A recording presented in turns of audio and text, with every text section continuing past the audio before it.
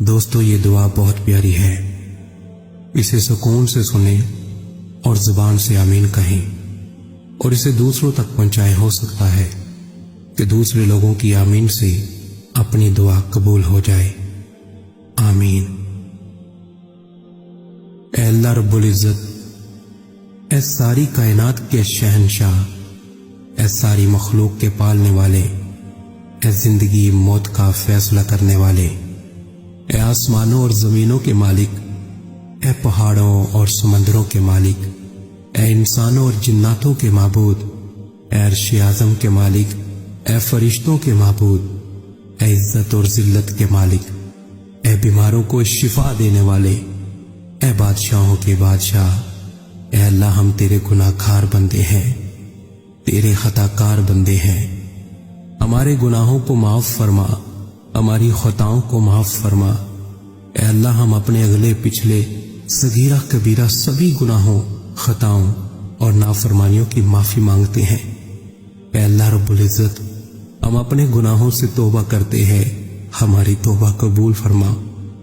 اے اللہ ہم گناہ گار ہیں، سیاہ کار ہیں، بدکار ہیں، تیرے احکام کے نافرمان ہیں، ناشکرے ہیں، لیکن میرے معبود تیرے نام لیوا بندے ہیں، تیری توحید کی گواہی دیتے ہیں، تیرے سوا کوئی عبادت کے لائق نہیں، تیرے سوا کوئی بندگی کے لائق نہیں، تیرے سوا کوئی تعریف کے لائق نہیں۔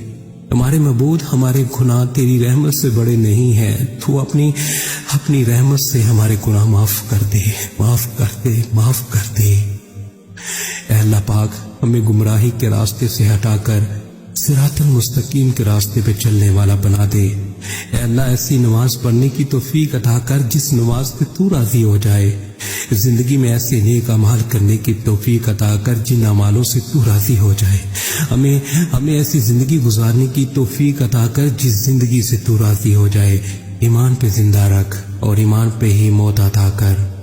اے اللہ ہمیں تیرے احکام کی فرما برداری کرنے والا بنا اور تیرے پیارے حبیب جناب محمد صلی اللہ علیہ وسلم کے نیک اور پکیزہ آداب کو اپنانے والا بنا دے۔ اے اللہ ہماری پریشانیوں کو دور کر دے۔ اے اللہ جو بیمار ہیں انہیں شفائے کاملہ عاجلہ نافعہ عطا فرما۔ اے اللہ جو قرض کے بوجھ تلے دبے ہوئے ہیں ان کا قرض جلد سے جلد ادا کروا دے۔ اے اللہ رب العزت شیطان سے ہماری حفاظت فرما۔ اے اللہ اسلام کے دشمنوں کو ہدایت عطا فرما۔ اے اللہ حلال رزق کمانے کی توفیق عطا فرما۔ اے پروردگار عالم، ہمیں تجھ سے مانگنا نہیں آتا لیکن تجھے دینا آتا ہے، تو ہر چیز